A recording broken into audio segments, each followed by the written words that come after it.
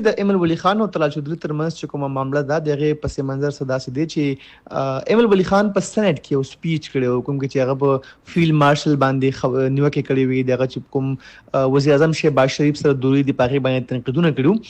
دغه نه پس بیا طلال چودھری پارلیمنت هاوس کې یو میډیا ټاک وکړو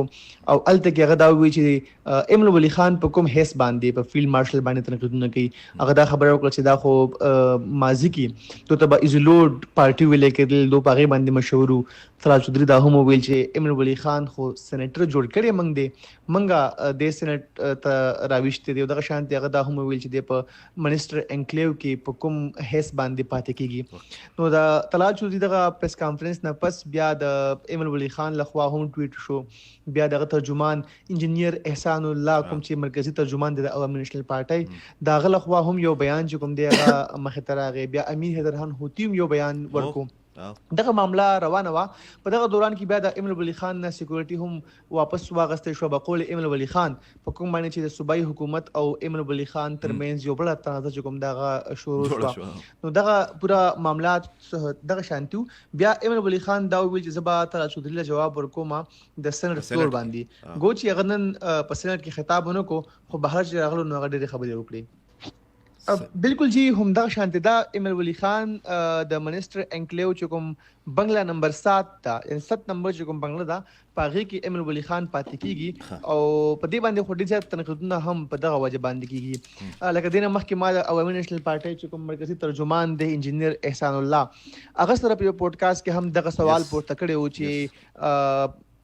کوم چې ایمل ولی خان صاحب د په کوم هیڅ باندې په منسټر انکلیو کې بنگلا نمبر 7 کې پاتې کیږي بنگلا نمبر 7 کې اوسي نو هغه هم د دې سوال څخه خاطر خوا جواب ماترانه کو او ایمل ولی خان هم دغه سوال جواب په انداز باندې نو ورکړي چې آیا په کوم هیڅ باندې هغه بنگلا نمبر 7 کې اوسيږي چې کوم د منسټرز د پاره وی د منسټرز رهائش غادا پکړه دا و چې یو دی خو سېنیټر دی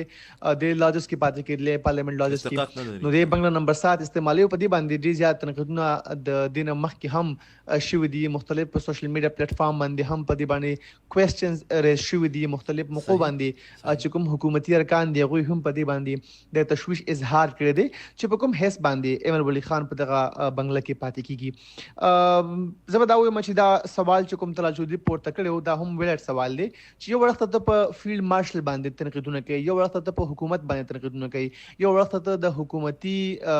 ټیم او د فیلډ مارشل چې کوم دوی دي پاغي باندې تنقیدونه کوي بل طرف ته هم د هغه حکومت هم د هغه ریاست وسایل چې کوم دیغه د شانته استعمالوي نو په کار دا و چې ایمل ولی خان صاحب خپل پوزیشن کلیر کړی وي چې زه په کوم حیثیت باندې بنگلا نمبر 7 استعمالوم په کوم هیڅ باندې زه په دغه بنگلا کې پاتې کېږم دغه ترجمان نه ذکر ما پښتون وګورم هغه ماته چې دا خو یو کمیټې چیرمن دی او دا حق حاصل لې چې دغه بنگلا نمبر 7 استعمال کیا نور چې کوم بنگلي دی استعمال کینو ماته بیا بل کاونټر کوېسچن دا هم کړو چې آیا دلته کې خو پښتون کمیټه د هر کمیټې چیرمن ته دا پریویلیج